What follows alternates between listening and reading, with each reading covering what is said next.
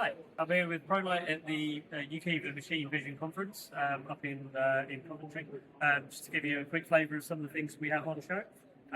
We have on display over here a shortwave IR camera from our partners at NIT. They manufacture a wide range of sensors and cameras with varying different formats and resolutions.